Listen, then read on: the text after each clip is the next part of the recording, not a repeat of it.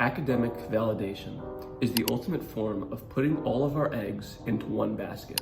When we think about where our self-esteem comes from and how we derive our self-worth, when we look into academic validation and the use of our academic achievements as a metric of how successful we are, how competent of a person we are, and how deserving we are of praise, we introduce ourselves to a pattern of thoughts and behaviors that do much more harm than good. And this is exacerbated by the rise of toxic study content online. Hundreds and hundreds of videos online encouraging you to base your self-worth based on how well you achieve on tests and how long you're willing to study for. This type of content attempts to motivate you, but it does so by breaking you down, insulting you, and making you feel worse about yourself. The underlying theme in both this kind of content and in just academic validation in general is the idea that the majority of your self-worth should be determined by how well you do academically. And as a general social psychological principle, we know that our self-esteem as a whole is often derived by the culmination of a bunch of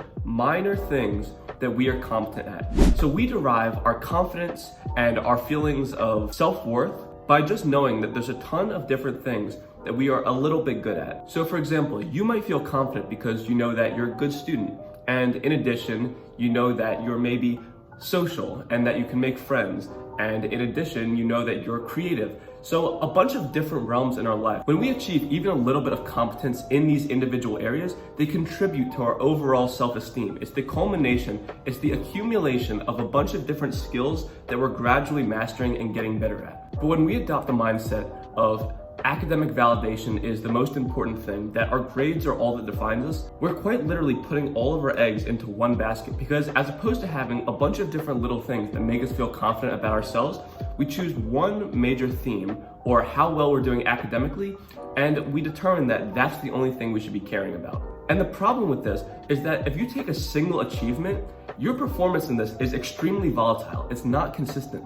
So if you do bad on even one test, and your academics is how you're defining your entire self-esteem, if you do bad on that test, your self-esteem as a whole is going to take a major hit. And if we were to use another analogy, we could think of a bodybuilder who maybe derives most of their self-worth based on how ripped they are.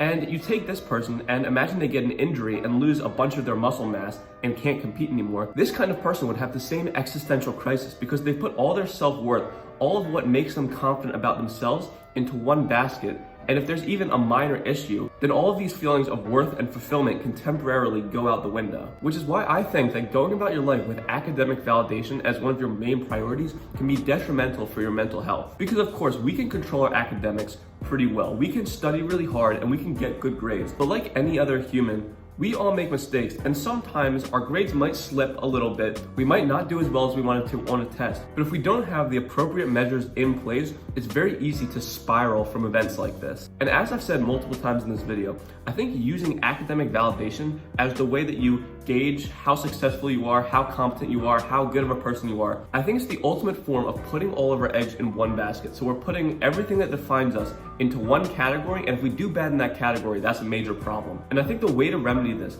is to diversify the amount of different realms in our lives that we derive our self-esteem from. And what this means is just branching out and doing more things.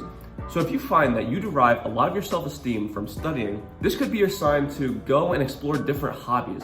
So for example, going to the gym, learning an instrument, some creative outlet. What we're looking for is different skills and competencies that we can pour our mental energy into and gradually get better at over time. So when, for example, we don't do very well on a test, it doesn't really matter to us because there's a bunch of other things in our lives that also make us feel confident. And I think the answer is really as simple as this. It's important that we don't use one skill or one talent to define us as a whole. And this doesn't mean you have to be performing a wild balancing act and pick up 12 different hobbies that you're constantly trying to get better at, but at least having a couple different things that make you feel good about yourself, that make you feel confident, is super useful in preventing this rabbit hole that you might go down if your only way of determining your self-worth is through academics and through how well you're doing in school. And I know this sounds easier said than done because you might be thinking to yourself, I'm not really good at anything else right now. I don't really know what else to explore. Academics is really the main thing I have going for me. And what I would say is that even trying something new can really boost your self-esteem in ways that you could not even imagine.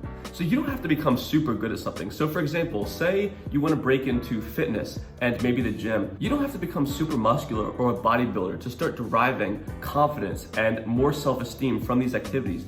Even just being in the gym for a couple weeks and just knowing that you're the kind of person who's able to push yourself out of your comfort zone and try new activities like this, it's gonna make you feel a lot better, even if you're not years and years into it. So remember, diversify the things that make you feel confident about yourself, and don't use academics as the only way to gauge how much you're worth, because this is a stupid metric. Now, I really hope you enjoy this video and that you can take something away from it. If you like videos like this on studying and mental health for college students, I really recommend you subscribe. There's gonna be a whole lot more videos like this soon, but until then, I'll see you guys.